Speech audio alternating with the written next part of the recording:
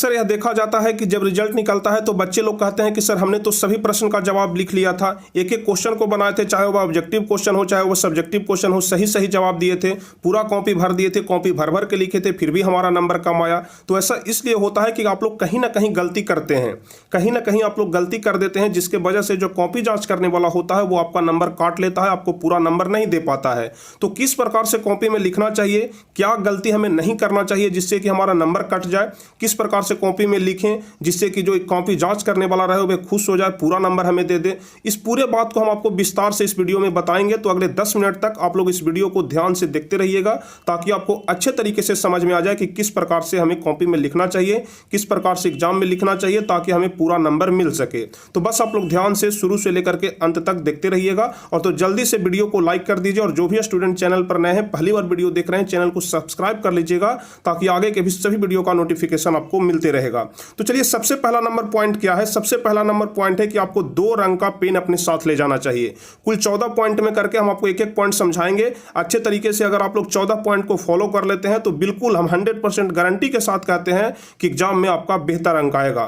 चलिए, तो सबसे पहला पॉइंट क्या है? आपको 2 रंग का पेन साथ लेकर के जाना चाहिए, एक ब्लू रंग का और दूसरा ब्लैक रंग का। एक ब्लू और एक ब्लैक, 2 रंग का पेन साथ ले जाना चाहिए। इससे क्या होगा, ब्लू और ब्लैक से हम आपको आगे विस्तार रूप से बताएंगे। और कोशिश करना चाहिए कि नया कलम ना लेकर के जाएं। अगर आपके घर में पुराना कलम है जिसमें स्याही भरा हुआ है तो उसी कलम को साथ लेकर के जाएं। ऐसा हम इसलिए बता रहे हैं क्योंकि नया कलम ज्यादा स्पीड में नहीं चलता है। अक्सर बच्चे क्या करते हैं कि जब परीक्षा रहता है तो दुकान से वह नए कलम खरीद लेते हैं और उसी से लिखना शुरू कर देते हैं। नए कलम में खासियत होता है कि वह उतना स्पीड नहीं चल पाता है, लेकिन जो पुराना कलम होता है उसका नोक थोड़ा घिस गया रहता है, जिसके वजह से उसकी स्पीड थोड़ी अच्छी होती है। आप जो क्वेश्चन का आंसर दे रहे हैं वो थोड़ा स्पीड में लिखाता है, जिससे आपको काफी समय का बचत हो जाता है। तो पहला नंबर पॉइंट आप लोग ध्यान रखिएगा, 2 रंग का पेन ले जाना है, ब्लू और ब्लैक, और अगर पुराना कलम है तो पुराना कलम ही ले जाना है। सबसे पहला पॉइंट। दूसरा पॉइंट यहां पर कहता है कि सबसे पहले जहां आपका बैठने का स्थान है, मतलब जिस बेंच पर आपका सबसे पहले बैठने का स्थान है, उस जगह को अच्छी तरीके से देख लें। बेंच को अच्छी तरीके से देख लें कि कहीं बेंच में कभी भी चीट पुर्जा तो नहीं घुसाया गया है। नहीं तो ऐसा होता है कि जहां पर आप बैठे हैं फर्स्ट सीटिंग वाला वहां पर चीट घुसा देता है और धरा जाता है सेकंड सीटिंग वाला। तो इस प्रकार से आपको नहीं करना है। जब भी आप लोग बैठें तो बैठने के पहले क्या करना है कि बेंच को अच्छी तरीके से देख लेना है, आसपास में कहीं चीट पुर्जा तो नहीं है, ताकि जो चेक करने वाला भी आए उसको यह नहीं लग सके कि यह चीट पुर्जा हमारा ही है। ठीक है, नहीं तो आपको दिक्कत हो सकता है। इसलिए बैठने के पहले बेंच को, अपने स्थान को अच्छे तरीके से देख लेना चाहिए। दूसरा पॉइंट है। उसके बाद तीसरा पॉइंट क्या है? छोटी छोटी पॉइंट को भी हम आपको बताएंगे, बहुत ही सरल तरीके से, बहुत ही विस्तार रूप से बताएंगे। एक एक पॉइंट को हम यहाँ पर ध्यान में रखते हुए इस पीडीएफ को तैयार किए हैं। इस सारे बात को हम बताए हैं आपको, ध्यान से आप लोग देखिएगा। तीसरा नंबर पॉइंट है कि कॉपी मिलने के बाद सबसे पहले आपको अच्छे तरीके से अपना नाम, रोल नंबर, रोल कोड इत्यादि ये सभी बात भर लेना चाहिए। बहुत सारे स्टूडेंट क्या करते हैं कि इन सभी चीजों को भरने में इंटरेस्ट नहीं दिखाते हैं और पहले क्वेश्चन का आंसर ही लिखने लग जाते हैं। ऐसा आपको बिल्कुल नहीं करना है। सबसे पहले अपना नाम, roll code, roll number, school का कोड, ये सब विषय का कोड, इन सभी चीजों को अच्छी तरीके से भर लेना है। ओएमआर शीट में भी और कॉपी में भी, क्योंकि दोनों जगह नाम भरना रहता है। तो ओएमआर शीट में भी और कॉपी में भी दोनों जगह अच्छे तरीके से अपना पूरा डिटेल भर लेना है और बिल्कुल भी गलती नहीं करना है, क्योंकि अगर एक बार गलती कर दिए तो सुधारने का दोबारा आपको मौका नहीं दिया जाएगा। ओएमआर शीट पर हम एक अलग से वीडियो बना चुके हैं कि किस प्रकार से भरा जाता है ओएमआर शीट को। आपको नीचे वीडियो मिल जाएगा, डिस्क्रिप्शन में हम उसका लिंक दे देंगे या फिर कमेंट बॉक्स में उसका लिंक दे देंगे। आप लोग देख लीजिएगा कि किस प्रकार से ओएमआर शीट को हम लोग भरते हैं। तो कॉपी मिलने के बाद सबसे पहले आपको अपना रोल कोड, रोल नंबर, ये सभी पूरा डिटेल अच्छे तरीके से भर लेना चाहिए। उसके बाद चौथा पॉइंट क्या कह रहा है? चौथा पॉइंट है कि क्वेश्चन मिलने के बाद सबसे पहले पूरे प्रश्न को एक बार ध्यान से देख लेना है और पढ़ लेना है। बहुत सारे बच्चे क्या करते हैं कि जैसे ही क्वेश्चन मिलता है तो वो बनाना शुरू कर जाते हैं, जो क्वेश्चन आता है उसको बनाने लग जाते हैं।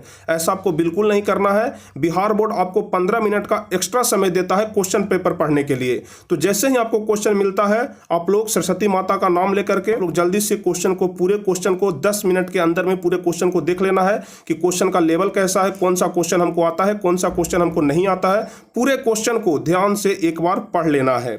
उसके बाद क्या करना है? 5वां नंबर पॉइंट में हम आपको बताते हैं जिस क्वेश्चन का आंसर आप कंफर्म जानते हैं, मान लिया कि हम 10वें नंबर क्वेश्चन का आंसर कंफर्म जान रहे हैं, दूसरे नंबर क्वेश्चन का, ऐसा नहीं है कि सीरियल वाइज ही चलना है, सीरियल वाइज आपको बिल्कुल नहीं चलना है। जिस क्वेश्चन का आंसर आप कंफर्म जानते हैं सबसे पहले उसे ओएमआर शीट में रंग लेना है। गलती होने पर सुधार करने की कोशिश बिल्कुल ना करें। हम आपको बार बार बोल रहे हैं कि गलती होने पर सुधार करने की कोशिश आपको नहीं करना है। अगर एक बार गलती हो गया तो उसको गलती ही छोड़ दें। ऐसा नहीं है कि पहला का सी ऑप्शन सही होगा और हम डी भर दिए हैं तो उसको मिटा करके हम लोग सी भरने लग जाते हैं। ऐसा करने से आपका रिजल्ट पेंडिंग हो सकता है। हम आपको ऑलरेडी पहले भी बता चुके हैं। सीरियल नंबर या लगातार के चक्कर में बिल्कुल ना पड़ें। बहुत सारे लोग क्या करते हैं, बहुत सारे स्टूडेंट क्या करते हैं कि पहले नंबर क्वेश्चन से बनाना शुरू करेंगे। पहला नंबर क्वेश्चन बनाएंगे, दूसरा क्वेश्चन बनाएंगे, तीसरा क्वेश्चन बनाएंगे, अगर चौथा क्वेश्चन नहीं आता है तो वहीं पर वो बैठे रहेंगे। उनको लगातार बनाने की आदत रहती है कि जब तक चौथा क्वेश्चन नहीं बनेगा तब तक पांचवा में हम नहीं घुसेंगे। ऐसा आपको बिल्कुल नहीं करना है। अगर शुरू के 10 क्वेश्चन आपको नहीं आ रहे हैं तो आप 11वां नंबर से बनाना शुरू कर दीजिए। शुरू के 20 क्वेश्चन नहीं आ रहा है तो आप 21वां नंबर से बनाना शुरू कर दीजिए। लगातार के चक्कर में बिल्कुल ना रहे कि पहले नंबर क्वेश्चन से ही हमको बनाना है। जो भी क्वेश्चन आपको पहले आता है वो क्वेश्चन आप लोग बनाइए। अगर 100 क्वेश्चन है, आपको सबसे पहले 90 नंबर वाला क्वेश्चन आ रहा है तो आप 90 नंबर क्वेश्चन को ही भर लीजिए। ऐसा बिल्कुल नहीं है कि आप पहले नंबर क्वेश्चन से ही शुरू कर सकते हैं। अगर लगातार के चक्कर में रहिएगा तो आपका समय भी चला जाएगा और रिजल्ट भी चला जाएगा। इसलिए कभी भी लगातार के चक्कर में नहीं पड़ना है। चलिए 5वां नंबर टिप्स हम आपको बताएं। 6ठा नंबर टिप्स क्या कह रहा है, 100 में से 50 और 80 में से 40 प्रश्न का ही उत्तर देना चाहिए। बहुत सारे स्टूडेंट क्या कर रहे हैं, हम देख रहे हैं उनकी गलती को कि 100 में से 60 प्रश्न 70 प्रश्न का जवाब दे रहे हैं कि 70 में से कोई तो 50 सही हो जाएगा। ऐसा आपको बिल्कुल नहीं करना है। आपका रिजल्ट पेंडिंग हो सकता है और कोई फायदा भी नहीं होगा, समय का बर्बादी है सिर्फ। अगर 100 क्वेश्चन में 50 क्वेश्चन का जवाब देना है तो आप 50 को ही रंगिए। ओएमआर शीट में 50 क्वेश्चन को ही रंगिए। साइंस और सोशल साइंस के एग्जाम में 80 क्वेश्चन रहता है जिसमें 40 क्वेश्चन को रंगना रहता है, तो आप 40 क्वेश्चन ही रंगिए। बहुत सारे स्टूडेंट क्या करते हैं, 40 की जगह पर 60 क्वेश्चन को रंग देते हैं कि अगर 20 क्वेश्चन गलत होगा तो इधर 60 वाला में मैनेज कर लेगा। ऐसा आपको बिल्कुल नहीं करना है, कोई फायदा नहीं होगा। आपका गलत सोच है, इससे आपका रिजल्ट भी पेंडिंग हो सकता है। अगर 100 में से 50 क्वेश्चन का जवाब पूछ रहा है तो आप लोग 100 में से 50 का ही जवाब दीजिए, चाहे वो सीरियल नंबर से हो या फिर आगे पीछे करके हो, इससे कोई फर्क नहीं पड़ता है। इससे आपका समय का नुकसान होगा। जिस प्रकार से हम आपको बता रहे हैं उसी प्रकार से करना है। चलिए अगला नंबर टिप्स क्या है, आप लोग ध्यान से समझते जाइएगा। इतना तो जो हम आपको ऊपर में बताए ऑब्जेक्टिव क्वेश्चन का टिप्स था, जितना अभी तक आपको हम ऊपर में बताएं ओएमआर शीट का टिप्स था ऑब्जेक्टिव क्वेश्चन की, किस प्रकार से ऑब्जेक्टिव क्वेश्चन को भरना चाहिए। अब जो हम आपको यहां से बताएंगे वो सब्जेक्टिव क्वेश्चन कि किस प्रकार से सब्जेक्टिव क्वेश्चन को लिखना चाहिए। ठीक है, किस प्रकार से कॉपी में सब्जेक्टिव क्वेश्चन को लिखना चाहिए। तो ध्यान से समझिएगा कि किस प्रकार से सब्जेक्टिव क्वेश्चन को लिखना चाहिए। सबसे पहला और सबसे महत्वपूर्ण पॉइंट शायद आपको कोई बताया होगा, जिस पेज में नाम ये सब लिखना रहता है, सबसे फर्स्ट पेज में नाम लिखना रहता है, रोल कोड रोल नंबर ये सब लिखना रहता है। तो जिस पेज में नाम लिखना रहता है उस पेज में दूसरी तरफ भी जवाब न लिखें। यानी कि सबसे फर्स्ट पेज में सबसे देखते हैं सबसे ऊपर में फ्रंट में नाम लिखना रहता है और उसके दूसरी तरफ खाली स्थान रहता है जहां पर कि आप उत्तर लिख सकते हैं। लेकिन उस वाले पेज को दोनों तरफ ही छोड़ देना चाहिए। दोनों तरफ आपको उस पेज को छोड़ देना चाहिए। क्यों छोड़ देना चाहिए? क्योंकि वो वाला जो पेज होता है सबसे ऊपर वाला जिसमें नाम रोल कोड ये लिखना रहता है, वो वाला पेज फट करके बिहार बोर्ड के ऑफिस में चला जाता है। और अगर उस पेज में आप आंसर लिखे हैं तो उसके साथ साथ आंसर भी चला जाएगा। आपको जितना क्वेश्चन का आंसर आप फर्स्ट पेज में दिए हैं उतना क्वेश्चन का जांच नहीं होगा।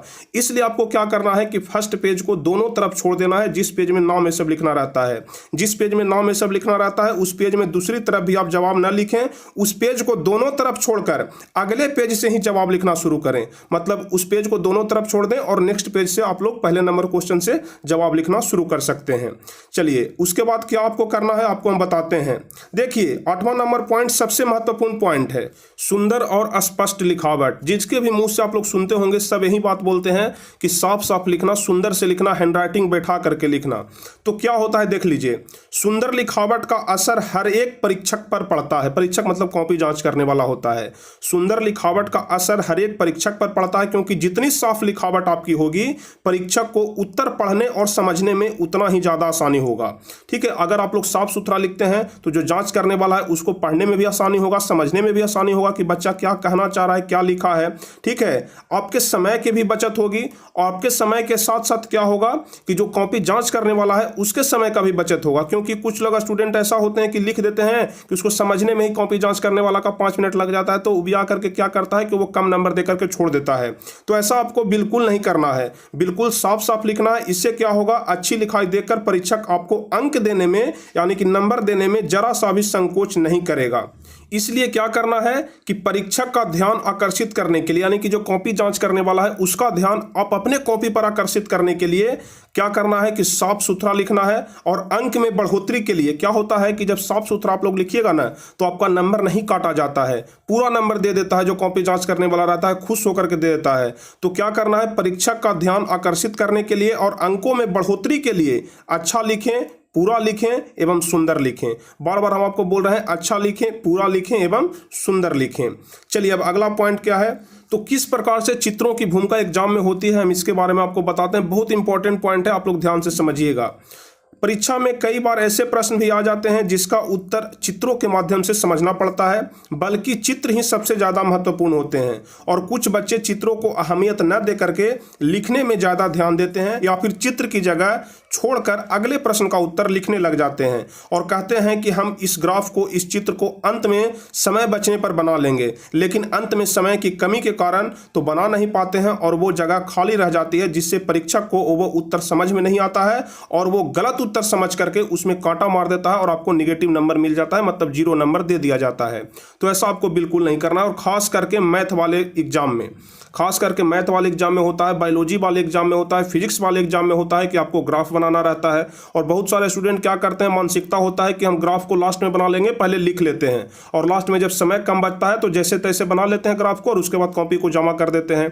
तो जी नहीं, अगर आपके एग्जाम में ग्राफ बनाना है, चित्र बनाना है, तो चित्र पर थोड़ा ज़्यादा समय दे करके उसको अच्छे तरीके से बनाइए, क्योंकि अगर आप चित्र को अच्छे तरीके से बनाते हैं तो आपको पूरा नंबर दिया जाएगा और अगर चित्र ही आपका खराब रहता है तो आपको आधा नंबर से भी कम दे करके छोड़ दिया जाएगा, चाहे आप कितनों लिख लीजिए। इसलिए आपको थोड़ा चित्र पर विशेष ध्यान देना है। चलिए उसके बाद 10वां पॉइंट है, हमेशा 2 प्रश्नों के बीच में 1 या 2 लाइन जरूर छोड़ दें, ताकि कॉपी जांच करने वालों को अच्छी तरीके से समझ में आ जाए कि कौन सा प्रश्न कहां पर समाप्त हो रहा है और कौन सा प्रश्न कहां से शुरू हो रहा है।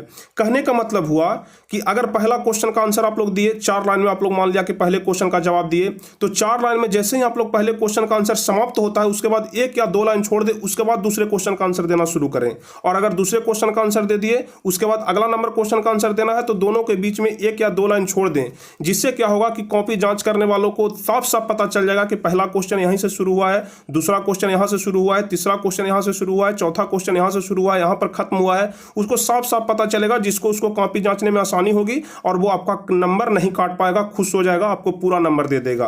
तो आपको क्या करना है कि हमेशा 2 प्रश्नों के बीच में 1 या 2 लाइन जरूर छोड़ना है।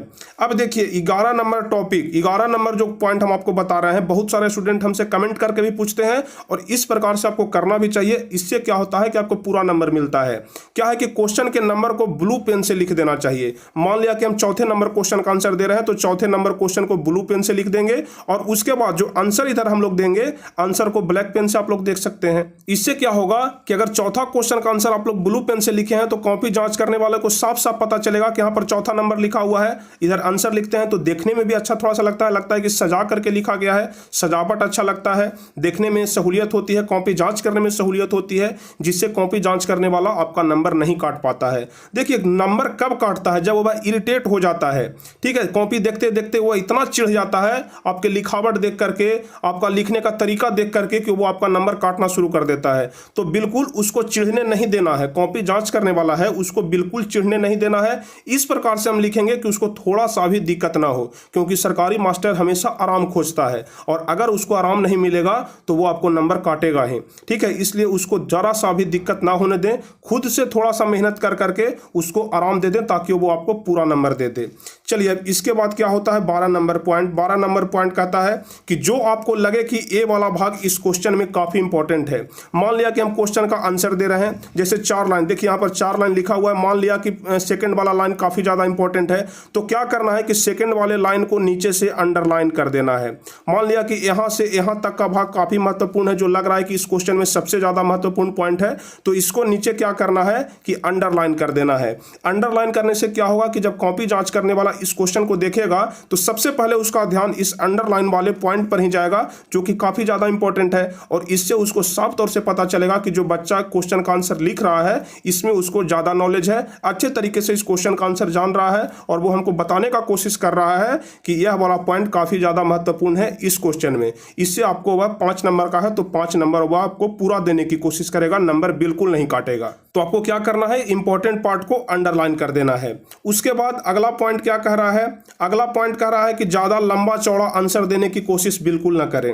लघु उत्तरीय प्रश्न में क्या होता है कि मुश्किल से 40 से 50 शब्दों में आंसर देना होता है, लेकिन बहुत सारे स्टूडेंट की मानसिकता यह होती है कि हम लोग थोड़ा सा बड़ा लिखेंगे तो ज्यादा नंबर मिलेगा, अगर छोटा लिखेंगे तो नंबर काट लिया जाएगा। दीर्घ उत्तरीय प्रश्न में 150 से 200 शब्दों में लिखना रहता है आंसर, लेकिन बहुत सारे लोग क्या करते हैं कि एक पन्ना 1.5 पन्ना में आंसर लिख देते हैं कि हमको नंबर थोड़ा ज्यादा मिल जाएगा। तो ऐसा सोच आपकी बिल्कुल गलत है। इससे आपको नंबर ज्यादा नहीं मिलेगा, लेकिन आपके समय का बहुत कम बचाव होगा। समय को आप लोग बचा नहीं पाइएगा, एक ही क्वेश्चन में आप लोग लटके रह जाइएगा बहुत देर तक, समय का आपका बहुत ज्यादा बर्बादी हो जाएगा। तो जितने शब्दों में क्वेश्चन का आंसर पूछ रहा है कोशिश करें कि उतने ही शब्दों में क्वेश्चन का आंसर दें, ज्यादा हम लोग लंबा चौड़ा लिखने के फिराक में बिल्कुल न रहे। तो 13 नंबर पॉइंट यही कह रहा था। अब 14 नंबर पॉइंट जो सबसे लास्ट पॉइंट, 14 नंबर पॉइंट सबसे लास्ट पॉइंट है और हर एक स्टूडेंट को यह काम कर लेना चाहिए। क्या करना चाहिए कि अंत में कॉपी जमा करने के पहले, जब पूरा क्वेश्चन का आंसर हम लोग लिख लिए अच्छे तरीके से, तो अंत में कॉपी जमा करने के पहले 5 मिनट समय निकाल करके अच्छे तरीके से पूरे कॉपी को जरूर देख लें कि कहीं छूट तो नहीं गया है, कोई क्वेश्चन छूट तो नहीं गया है, कोई ग्राफ बनाना तो नहीं छूट गया है। और खास करके अपने नाम ये सब को दोबारा जरूर देख लें, नाम, रोल कोड, रोल नंबर, जो आपका पूरा डिटेल है उसको दोबारा जरूर देख लें कि कहीं गलती तो नहीं हो गया है, कहीं मिस्टेक तो नहीं हो गया है, कहीं कुछ छूट तो नहीं गया है। और पूरे क्वेश्चन पेपर को एक बार उलट करके देख लें कि कहीं नंबर में, क्वेश्चन नंबर में मिसिंग है। हो सकता है कि आप लोग आंसर लिख दिए होंगे और क्वेश्चन नंबर छूट गया होगा, कॉपी जांच करने वालों को दिक्कत होगा।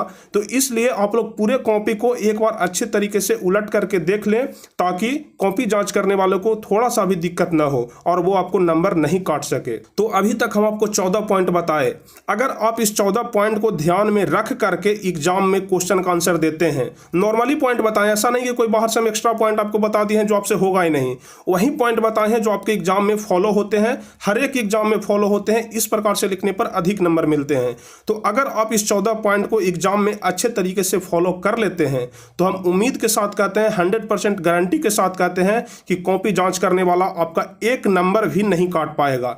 एक नंबर की हम बात कर रहे हैं, कॉपी जांच करने वाला आपका एक नंबर भी नहीं काट पाएगा, आपको पूरा नंबर दिया जाएगा। अगर आप किसी क्वेश्चन का आंसर छोड़ भी देते हैं तो आपको उतना मैनेज कर दिया जाएगा जिससे कि आपका उतना ज्यादा असर नहीं पड़ेगा, ठीक है। और जहां तक कोशिश करना है कि एक भी क्वेश्चन का आंसर छोड़े नहीं, चाहे गलत हो चाहे सही हो। अगर आपको क्वेश्चन का आंसर आधा ही आ रहा है तो आप आधा ही दे दीजिए, क्योंकि बिहार बोर्ड साफ कहता है कि अगर क्वेश्चन का, जैसे मैथ का क्वेश्चन है तो मैथ में हम आधा बनाए और उसके बाद आधा हमसे सॉल्व नहीं हो रहा है, तो आप आधा बना करके ही छोड़ दीजिए। उससे क्या होगा कि आपको 5 नंबर का क्वेश्चन है तो कम से कम 2 नंबर तो जरूर दे दिया जाएगा। इसलिए जहां तक आता है सही सही लिखने का कोशिश करें, साफ साफ लिखने का कोशिश करें, ताकि आपको एग्जाम में अधिक से अधिक अंक मिल सके।